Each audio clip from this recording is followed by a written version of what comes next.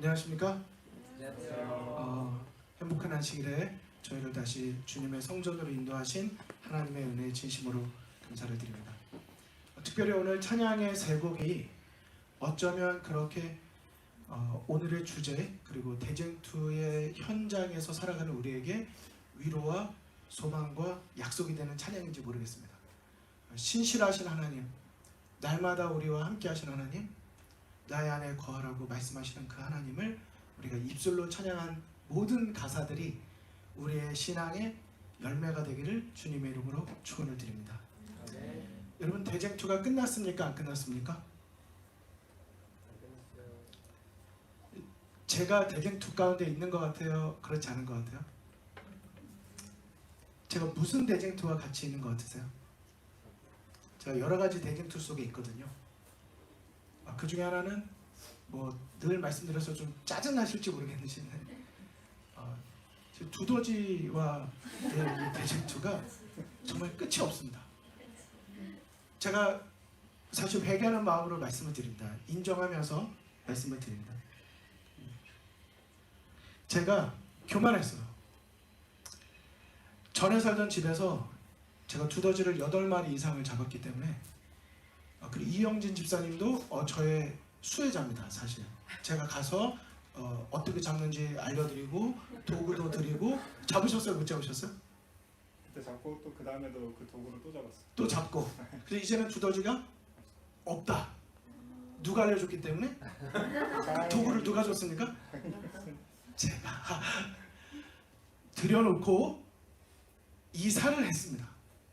전에 살던 집이 두더지로 인해서 아이들이 축구하고 잔디하고 하면서 다 가라앉았어요. 정말 장난이 아닙니다. 두더지가 보통 무서운 애가 아니에요. 근데 제가 눈도 여러 번 마주치고 잡기도 여러 번 잡고 물도 싸보고 다 해봤습니다. 인터넷 나온 거 다 해봤다고 생각하시면 돼요. 그리고 최고는 덫이다. 그리고 덫으로 제가 한 8마리 잡고 제가 자신을 얻었고, 그것 때문에 이사한 건 아니지만 결국은 이사를 했는데 우리 동네 자체, 요 라인 자체에 하나도 없습니다. 그래서 제가 이 집은 안전하다. 개미만 올 뿐 두더지는 없다. 그리고 와도 난 두렵지 않다. 제가 이런 교만한 마음을 가졌는데 드디어 얼마 전에 두더지가 한 마리가 출몰을 했는데 그 뒤로 그 두더지 덫을 제가 찾아가지고 덫을 놨습니다. 잡았을까요? 못 잡았을까요? 지금까지 한 마리도 못 잡았습니다. 제가 사진은 오늘 여기 준비를 안 했지만 제가 정말 속상한 게 뭐냐면 덫을 딱 놓잖아요. 제가 볼 때 제 경험상 여기가 맞아요. 그래서 거기 딱 놓습니다. 그러면 그 다음날 나가면 저희 증인이 있습니다. 그 바로 옆에 흙을 쌓아. 제가 이거 봐라. 그 다음에 이제 그 핀이 또 있습니다. 이렇게 구멍 찾고 이게 예측 가능한 데가 있어요. 그럼 거기에서 이번엔 분명하다 하고 딱 한 다음에 거기다 딱 덫을 놓고 이번엔 말할 것도 없다. 말할 것도 없이 그 다음날 되면 그 옆에다가 흙을 이만큼 쌓았습니다. 얘가 정말 저를 놀리는 것 같아요. 제가 이제 그동안 감춰놨던 이제 폭약을 꺼내가지고 여기서 터트리면 저기서 올라오거든요.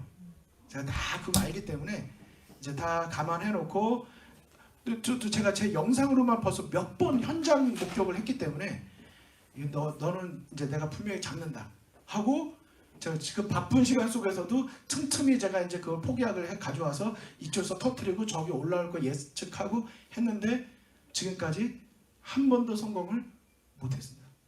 지금도 저희 집 딱 들어오는 데 보면 쥐덫이 2개 있는데 여전히 심어놓은 그 모습 그대로 있는 모습 그대로 그냥 그 자리에 있고, 그 옆에 산더미만한 두더지가 파놓은 이 흙이 그냥 가득합니다.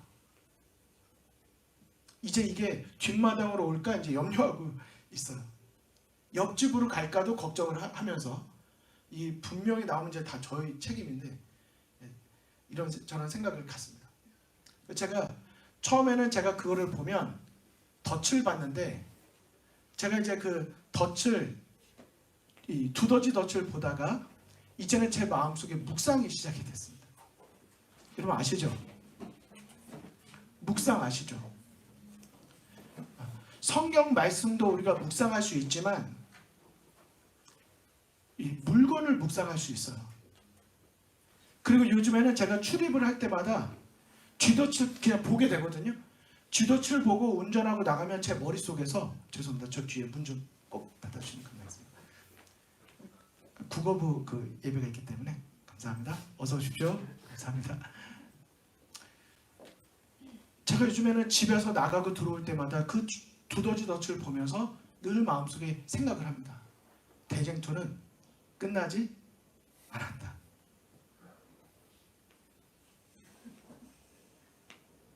두더지와의 대쟁투가 저는 몇 번의 승리로 제가 이겼다고 생각을 했어요. 이제 알겠어요. 과거에 몇 번 이긴 그 두더지와의 승리가 오늘 저의 두더지와의 대쟁투의 싸움의 승리를 보장해주지 않더라고요. 그리고 생각이 또 가는 거예요. 제가 진짜 대쟁투인 선과 악의 대쟁투에서 여러 번 나름대로 예수 그리스도의 성령의 도우심을 받아 승리한 경험이 있지만 과거에 승리한 저의 몇 번의 경험이 오늘 직면하고 있는 오늘도 여전히 끝나지 않은 선과 악의 대쟁투의 현장에서 저의 승리를 보장해주지 않는다는 사실을 또다시 느끼는 것입니다. 여러분, 이런 묵상이 여러분과 저의 자랑이 아니라 우리의 날마다의 생애가 되기를 간절히 바랍니다. 내 생애 속에서의 작은 경험들, 그 속에 하나님의 음성이 있어요. 섭리가 있습니다. 하나님께서 오늘 나에게 어떤 현장에 있게 하시는 데는 이유와 목적이 있어요. 그리고 우리는 그 속에서 충분히 하나님의 음성을 승리든 실패든 어떤 것이든 우리는 하나님과 동행할 수 있습니다. 그분의 음성만 들을 수 있다면. 저는 두더지와의 싸움 속에서 아직도 저의 현장, 대쟁투의 현장이 끝나지 않았다는 사실, 우주적 대쟁투도 끝나지 않았고 저의 과거의 영적인 승리의 몇 번이 오늘의 나의 승리를 보장해주지 않는다는 교훈을 얻고 하나님의 음성을 오늘도 듣습니다. 우리 성도님들은 어떠신가요?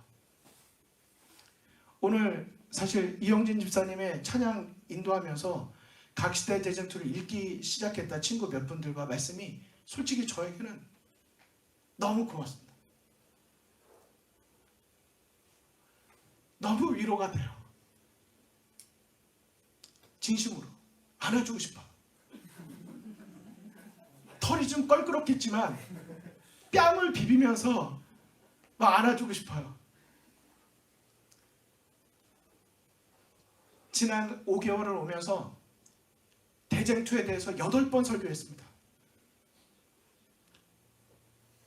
대쟁투가 왜 시작됐는지, 그 속에 사단이 정말 노리고자 했던 게 뭔지, 그거를 정확히 모르면 우리가 오늘날 승리할 수 없기 때문에, 추측할 수 없기 때문에, 사단의 공격이 어디서 오고 어디로 가는지 알 수 없기 때문에.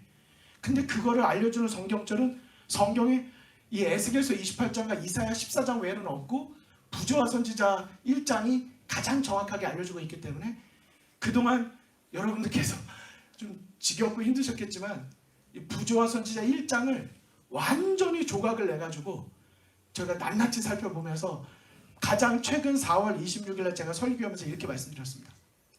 그래서 결국 루스벨이 사탄이 되었더라. 기억나세요? 그랬더니 이것 때문에 이 8번 왔다고, 한 넉 달 왔다고 말씀드렸더니 선도님들께서 하를 이제 감탄인지 한탄인지 말씀 주셨던 제가 그 기억이 그대로 있습니다. 그러나 제가 그 8번 또 지금까지 오면서 몇 번 제가 여러분에게 비치면서 제 마음을 말씀드렸어요.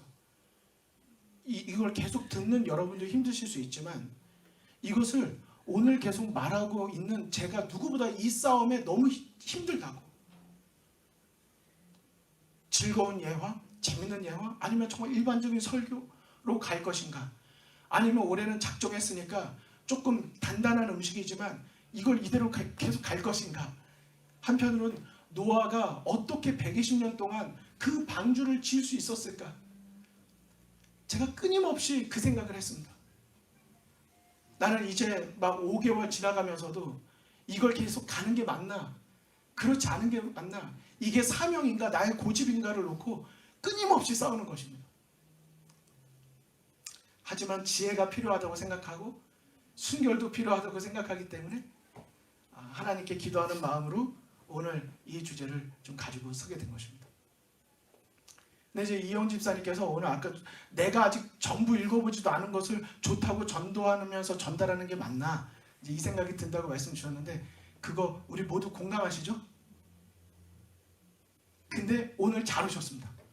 오늘 내용만 지금부터 집중해서 20분만 들으시면 각시대의 대쟁투 상하권을 그냥 오늘 끝내는 겁니다. 좋으십니까? 이런 쪽집게 이런 거 좋잖아요. 그냥 한번 딱 들어가지고 한번 딱 정리되는 거 좋잖아요. 그러면 우리 오늘 눈빛을 또 저주제네 이게 아니라 오늘의 이런 내용들이 여러분 언젠간 여러분과 제가 결국은 직면하게 될 대쟁투의 마지막 순간에 오늘까지의 이 주제가, 올해 다루고 있는 이 주제가 여러분들과 저에게 소망이 되고 희망이 되고 우리의 인내를 붙들어주는 믿음이 될 것입니다. 근데 이러지 않게 되기를 바라요. 그때 요 내용 듣긴 들었는데 뭐였지? 흐릿한 기억 때문에 아쉬워하는 분이 없게 되기를 간절히 바랍니다. 자, 그러면 오늘 이 내용을 보도록 하시겠습니다. 제가 넘어갈 건 넘어가되 그러나 말씀드리면서 가겠습니다. 성경은 분명히 우리에게 대쟁투를 말하고 있는데 대쟁투는 한마디로 말하면 회복의 약속입니다. 여러분 대쟁투는 뭐라고 느껴지세요? 싸움? 논쟁 다 여러 가지 맞지만 여러분 대쟁투는 결국은 하나님의 사랑의 이야기입니다. 대쟁투를 8자로 줄이면 뭔지 늘리면 뭔지 아십니까? 대쟁투를 8자로 늘리면 포기하지 않는 부조와 선지자. 그건 집에 가서 읽어주시면 되겠습니다. 자, 감사합니다. 이렇게 또 집중을 딱 해줄 센스. 맞습니다. 근데 자, 그래서 포기하지 않는 부조와 선지자가 아니라 포기하지 않는 사랑의 이야기입니다. 여러분 보세요. 이걸 다 지난 다음에 하나님이 알려주시면 우리에게 큰 소망이 되지 않습니다. 그런데 우리가 끝이 어떨 걸 알잖아요.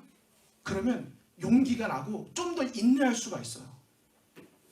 결국 하나님의 승리가 약속되어 있고 여러 가지 쟁투와 환란이 있겠지만 하나님이 우리를 어떠한 사랑으로 우리를 붙드시는지를 알려주시고자 우리에게 주신 게 대쟁투입니다.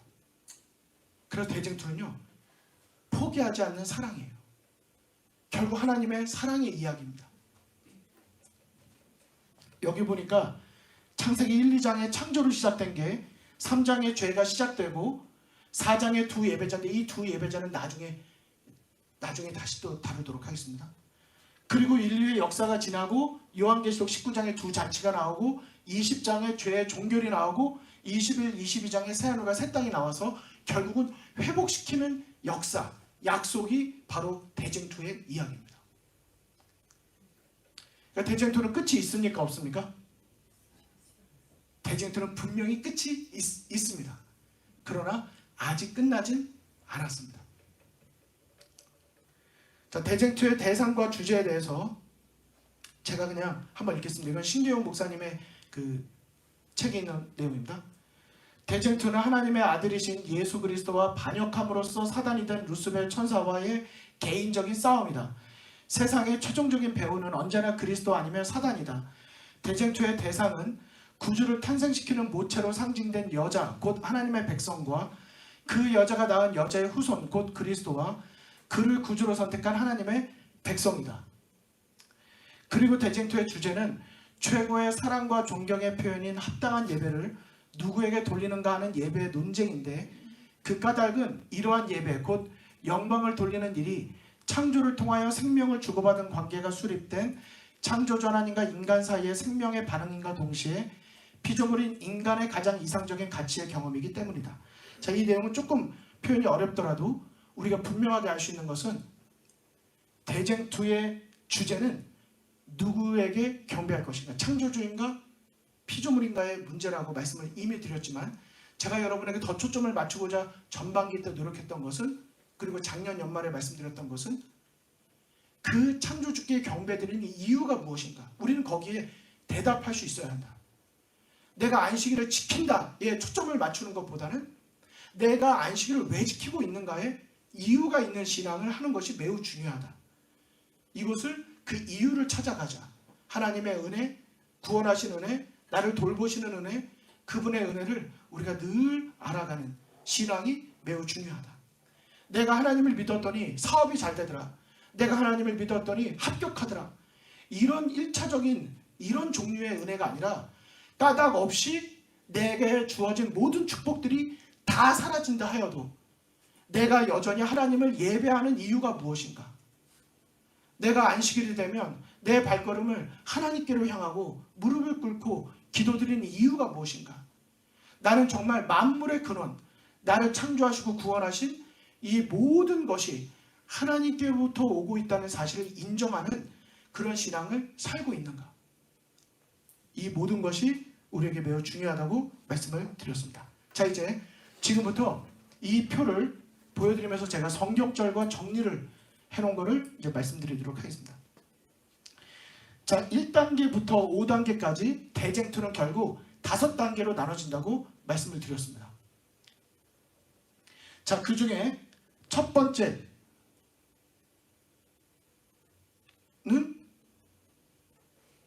사랑이었습니다. 네.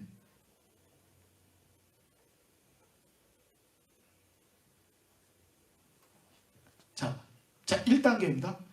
1단계를 우리가 지금까지 한 거고 오늘 2단계부터 5단계까지 끝내는 겁니다. 15분 동안. 자, 그러면 1단계는 어디에서 대쟁투가 있었습니까? 하늘에서. 지구가 창조되기 전입니까? 후입니까? 전입니다. 누구와 누구와의 싸움이죠? 대답해 주세요. 그래야 잠도 깨고 기억에도 남습니다. 용과 미가엘의 싸움입니다. 미가엘은 예수 그리스도, 용은 사탄입니다. 자, 그래서 1단계는요, 다 같이 읽겠습니다. 시작.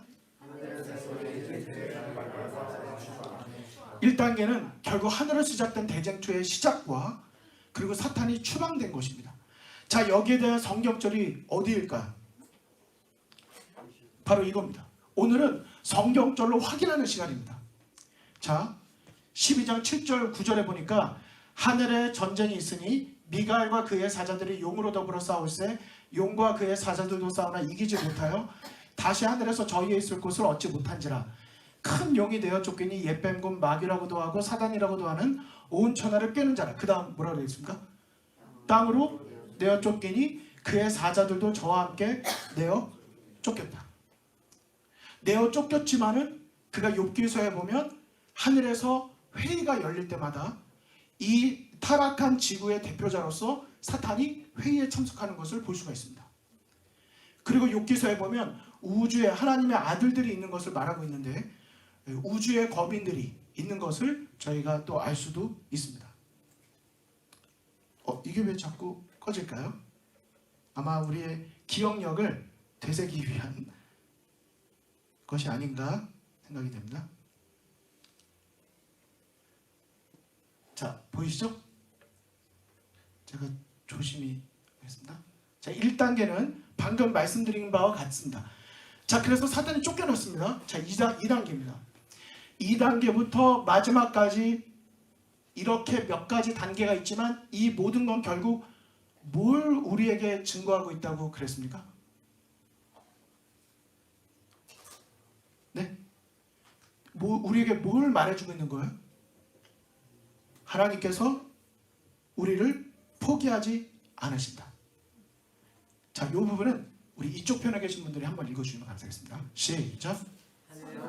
선하게 대장투가 시작.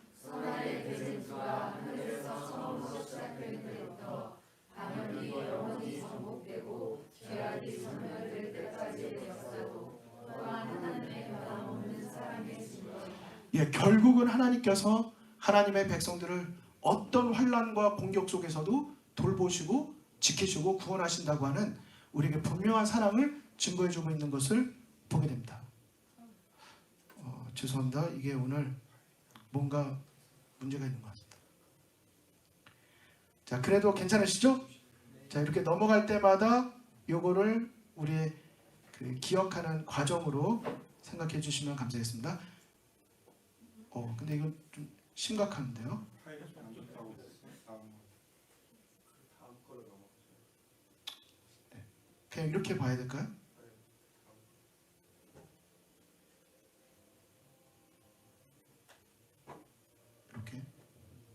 이렇게 보면 좀 난가요? 이렇게 볼까요? 자, 2단계. 자, 2단계는 인간을 타락시켜 지구를 반역에 가담하게 하고 구주의 초림을 대비하여 대항한 사단과 하나님의 백성과의 구약시대의 대쟁투입니다. 어느 시대라고요? 두 번째는 구약시대입니다.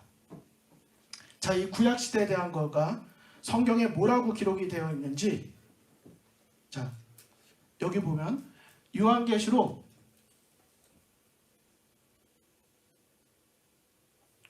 12장 1절로 4절입니다. 전체적으로 이 모든 대쟁투에 대한 기록은 요한계시록 12장에 기록이 되어 있습니다. 자, 1절로 4절에 보면 하늘에 큰 이적이 보이니 해를 입은 한 여자가 있는데 그 발 안에는 달이 있고 그 머리에는 12별의 면류관을 썼더라. 몇 개의 면류관을 썼다고요?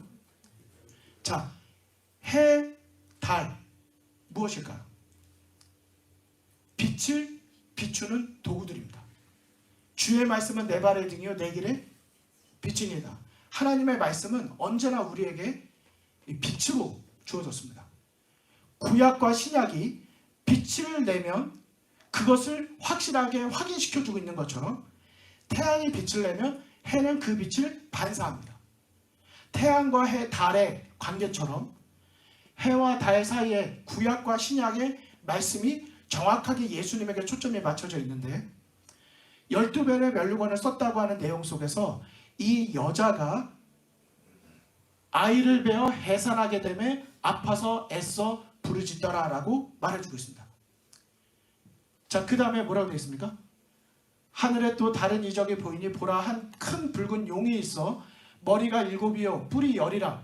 그 여러 머리에 7 면류관이 있는데 그 꼬리가 하늘별 3분의 1을 끌어다가 땅에 던지더라. 하얀색이 잘 안 보이시죠? 용이 해산하려는 여자 안에서 앞에서 그가 해산하면 그 아이를 삼키고자 기다리고 있는 용의 모습을 보게 됩니다. 자, 근데 용의 특징이 뭐예요? 뿔이 10개예요. 누구의 모습이 상상이 됩니까? 여기 제일 밑에 보니까 다니엘서 7장에 있는 그 붉은 용이 10개 뿔을 가지고 있는 모습을 보게 됩니다. 그래서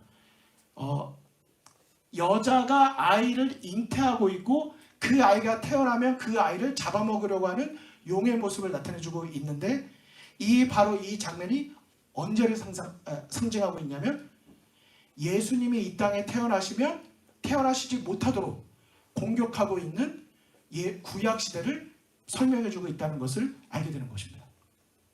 자, 그럼 질문 드리겠습니다. 왜 이 아이가 태어나면 삼키기 위해서 이 용은 이렇게 공격하고 기다리고 있을까? 이유가 뭘까요? 자, 다시 이걸로 시도해 보겠습니다. 이유는 바로 이것 때문입니다.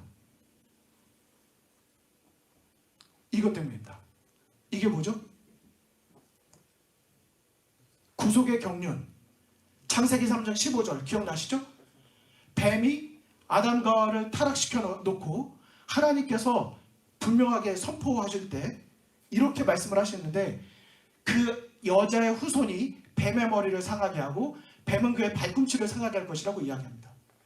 그게 바로 성경절이 이것입니다. 죄송합니다. 이거 제가 그냥 했었어야 되는데 이겁니다. 창세기 3장 15절에 보니까 내가 너로 여자와 원수가 되게 하고 너의 후손도 여자의 후손과 원수가 되게 하리니 여자의 후손은 내 머리를 상하게 할 것이요 너는 그의 발꿈치를 상하게 할 것이니라고 말하고 있습니다. 자, 여기 용이 누구예요? 뱀이 누구예요? 죄의 창시자인 사탄을 말합니다. 여자는 누구를 말할까요? 여자가 아이를 낳잖아요. 여자의 후손을 낳잖아요. 그래서 예수님이 이스라엘의 민족에서 유다의 지파에서 태어나도록 예언이 되어 있었잖아요. 왜 아까 12별의 멸류관을 썼을까요? 여자는 하나님의 백성을 상징합니다. 그래서 구약에는 12지파로 이루어진 하나님의 선택받은 백성을 의미하고 신약에서는요 12제자로 이어지는 신약의 교회를 말해주고 있는 것입니다. 그 교회가 하나님의 백성을 의미하는 것이죠. 그래서 여러분 12제자를 왜 하필이면 12제자였을까 생각해 보셨나요? 가룟 유다가 빠진 다음에 그대로 11제자 놔두면 되는데 사도행전에 보면 결국은 어떻게 해요? 마띠아라고 하는 또 한 제자를 굳이 뽑아서 12명을 채워 넣어요. 왜요? 하나님의 크신 계획 속에 12별의 멸류관을 쓴 여자가 계속 그 역할을 하도록 예정되어 있었던 것입니다. 그래서 여자의 후손은 누구냐면 약속하신 인류의 구주이신 예수 그리스도를 말해주고 상징해주고 있는 것입니다. 그러니까 이 여자가 태어나면 안 되니까 어떻게 해요? 사단이 아예 예수님이 태어나지 못하게 그 씨를 말려버리는 것입니다. 그래서 이제 이해가 되시죠? 이스라엘 백성들을 놓고 주변 국가들이 끊임없이 구약 시대 내내 뭐해요? 계속 공격합니다. 왜요? 그 주변 국가들이 이스라엘을 그렇게 계속 블레셋, 모압, 온갖 민족들이 끊임없이 공격한 이유와 목적이 바로 선과악의 대쟁투의 하나의 목적을 이루기 위한 바로 요한계시록 12장의 1절부터 4절까지 나온 그 장면들의 하나의 모습이었던 것입니다. 자, 3단계입니다. 3단계는 누구와 누구의 싸움이죠? 결국 그 아이가 태어납니다. 그래서 예수님과 사단과의 싸움이에요. 그러니까 가만히 생각해 보세요. 예수님 태어나시자마자 사단이 헤롯 왕을 통해서 무슨 일을 벌이죠? 아이들을 싹 다 죽입니다. 아이를 삼키고자 하는 끊임없이 예수님을 공격하고자 하는 사탄의 모습을 볼 수 있습니다. 그래서 3단계는 초림하신 예수님과 사단 사이에 지상에 있었던 대쟁투를 말하고 있습니다. 성경절은 요한계시록 12장 5절에 보니까 여자가 결국 아이를 낳으니 이는 장차 철장으로 만국을 다스릴 남자라. 철장으로 만국을 다스릴 게 뭐야? 그러실 수 있는데 시편 2편 8절과 9절에 보면 메시아에 대한 예언인데 정확하게 철장으로 만국을 다스릴 남자라고 통치할 남자가 태어날 것이 표현이 되어 있습니다. 그래서 메시아로서 여기에 오셨다는 것이 돼 있고 근데 그 아이가 어떻게 했다고 말하고 있습니까? 하늘로 올리워 가더라. 예수님의 십자가 사건과 승천을 말해주고 있는 것입니다. 갈라디아서 4장에 보니까 이 한 아이, 여자가 낳은 아들에 대해서 뭐라고 말하고 있어요? 때가 참해 하나님께서 그 아들을 보내서 여자에게서 나게 하시고 여자의 후손으로 오시고 그분의 역할이 무엇이라고요? 율법 아래 있는 자들을 속량하시고 아들의 명분을 얻게 하셨다. 결국 우리가 예수님을 믿음으로 하나님의 자녀가 되는 권세를 얻게 되는 것을 말해주고 있는 것입니다.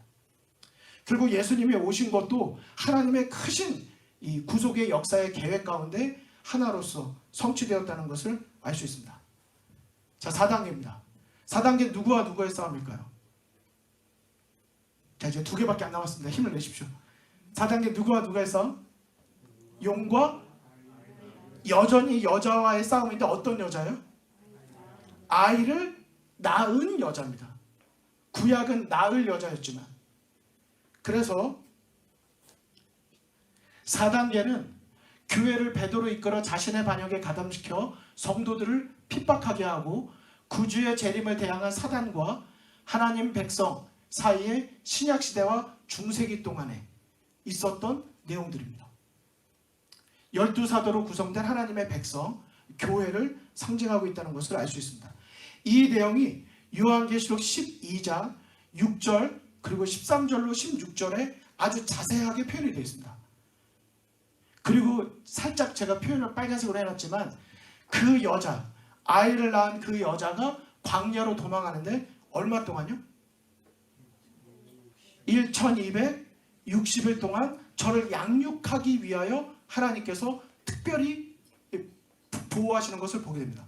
지난주 안교교과를 공부하시면 1260일에 대해서 아주 구체적으로 정확하게 설명이 나와 있습니다.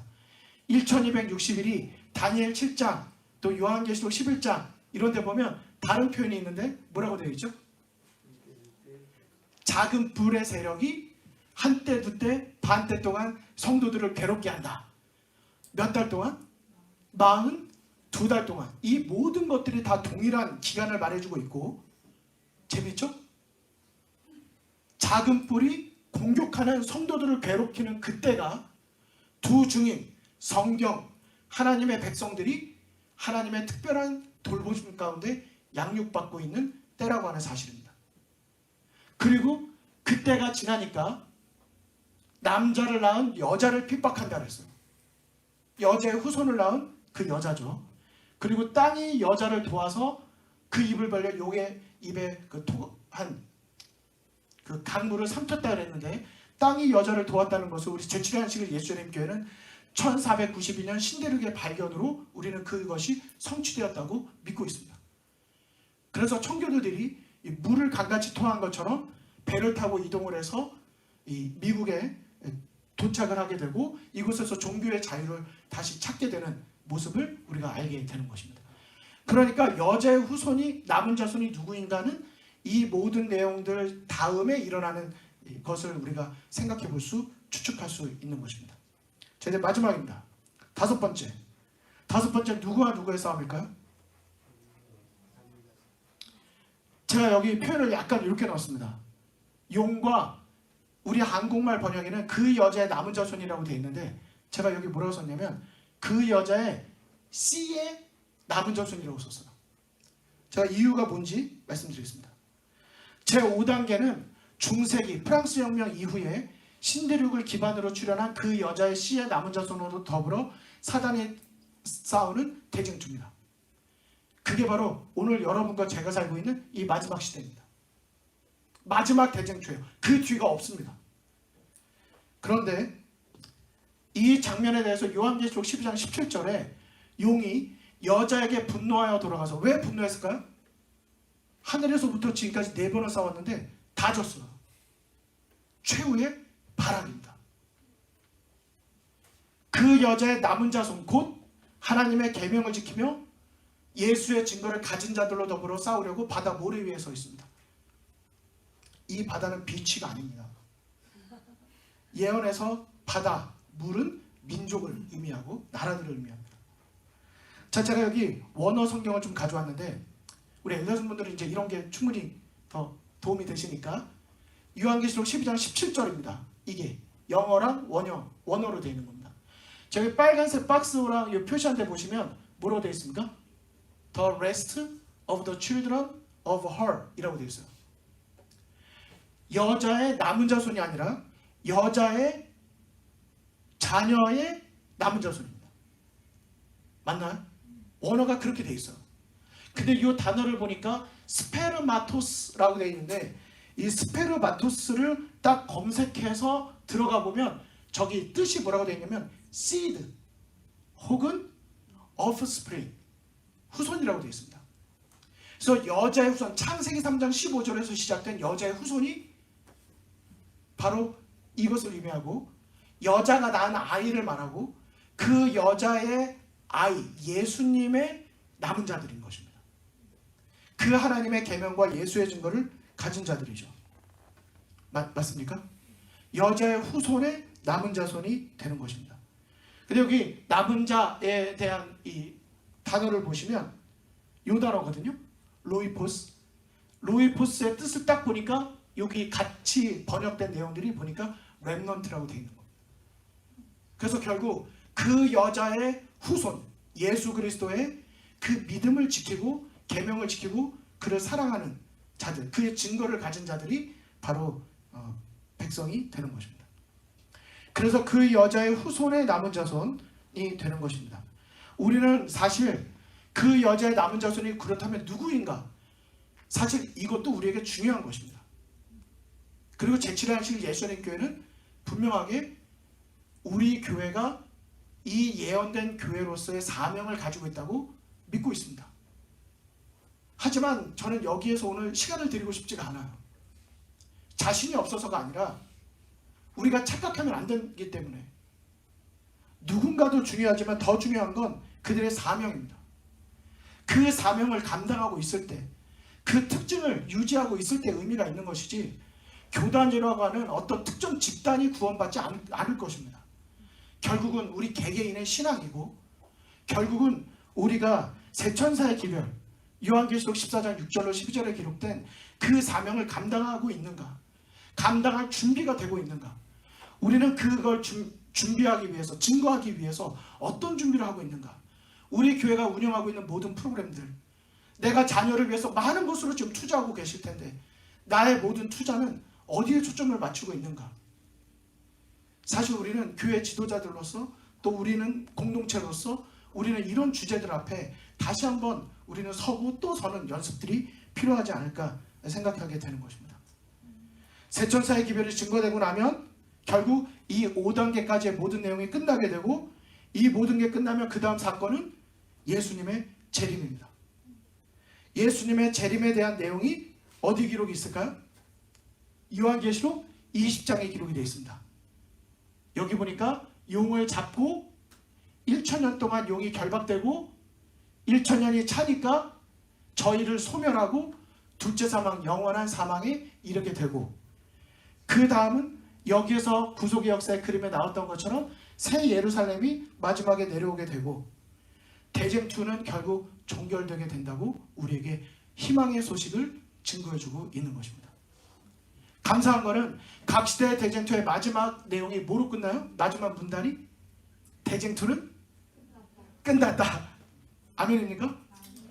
죄와 죄인들은 없어졌다. 온 우주는 깨끗해졌다. 오직 조화와 기쁨의 맥박만이 온 우주의 만물을 통하여 고동한다. 그리고 제일 마지막에 결국 대쟁투의 끝에 마지막은 하나님은 사랑이시라고 증거한다. 왜요? 대쟁투의 시작이 뭐였으니까? 하나님은 사랑이 아니라는 거짓된 주장에서부터 시작됐기 때문에 하나님의 사랑한데 왜 우리한테 이렇게 율법을 줘? 왜 계명을 지키라고 그래? 하나님의 사랑인데 왜 우리가 경배해야 돼? 끝없는 사단의 거짓된 주장에서 시작됐기 때문에 결국 그 모든 것에서 우리는 자유로워지고 이제는 더 이상 의심의 여지 없이 우리는 하나님을 찬양하고 마음껏 영원히 즐겁게 예배하며 우리는 하나님과 동행하는 삶을 살게 되는 것입니다. 대쟁투의 마지막은 승리라고 우리에게 설명해주고 있고 결국 마지막은 새하늘과 새 땅이라고 말해주고 있는 것입니다. 저는 오늘 말씀을 마치면서 여러분에게 두 가지 성경절을 말씀을 드리고 싶습니다. 사실 제가 좀 지식적인 것을 전달해 드렸지만 때로는요 메시지보다 더 중요한 게 지식입니다. 이런 지식이 내가 다 기억은 못해도 이해가 한번 되고 나면 그것이 나중에 나에게 믿음의 근거가 될 수 있습니다. 오늘 저의 기별은 또 지금까지의 모든 내용의 핵심은 사실 베드로후서 3장의 이 성경절입니다. 이 성경절을 제가 그냥 있는 그대로 읽겠습니다. 이 모든 것이 이렇게 풀어지리니 너희가 어떠한 사람이 되어야 마땅하냐. 거룩한 행실과 경건함으로 하나님의 날이 임하기를 바라보고 간절히 사모하라. 성도 여러분, 오늘 우리가 여러 가지로 열심을 내셨겠지만 우리가 안식일을 통하여 다시 한번 더 열심히 내야 될 것은 우리가 예수님의 재림의 날을 사모하고 하나님의 구원을 소중히 여기며 내가 어떻게 그 나라를 소망할 수 있게 되었는가, 예수님의 십자가의 의미와 사랑을, 그 은혜를 우리가 더 오늘 감사하게 되시기를 간절히 바랍니다. 주의 약속은 어떤 이에 더디다고 생각하는 것 같이 더딘 것이 아니라 오직 너희를 대하여 오래 참으사 아무도 멸망하지 않고 다 회개하기에 이르기를 원하시느니라. 그러나 주의 날이 도적같이 오리니 말씀하셨습니다. 하나님은 오늘 우리 중에 누구도 이 은혜로 얻은 구원을 놓치게 되기를 원하지 않으십니다. 한때 승리한 그 승리가 오늘 우리의 승리를 보장해주지 않습니다. 오늘 다시 한번 우리가 겸손한 마음으로 예수님을 믿음으로 바라보고 믿음으로 붙잡고 끝없는 그분의 사랑을 우리가 마음껏 감사하시면서 우리 하나님의 은혜 안에 복된 안식이 되시기를 간절히 바라면서 말씀을 마치겠습니다. 기도드리겠습니다. 아버지 하나님, 오늘 저희에게 허락하신 이 모든 말씀들이 우리 각자의 마음에 성령 하나님께서 역사해 주심으로 단순한 정보가 아니라 나를 포기하지 않으시겠다는 하나님의 사랑의 음성이 되게 하여 주시옵시고, 대쟁투는 분명히 끝이 있음을 기억하고 내가 마지막 대쟁투에 있음을 기억하면서 우리가 다시 한번 용기를 내고 첫 마음을 회복하고 우리의 삶을 하나님께 온전히 드리는 우리 모두가 될 수 있도록 인도하여 주시옵소서. 우리의 승리가 되시는 예수 그리스도의 이름으로 간절히 기도드립니다. 묵상기도를 예배 마치겠습니다.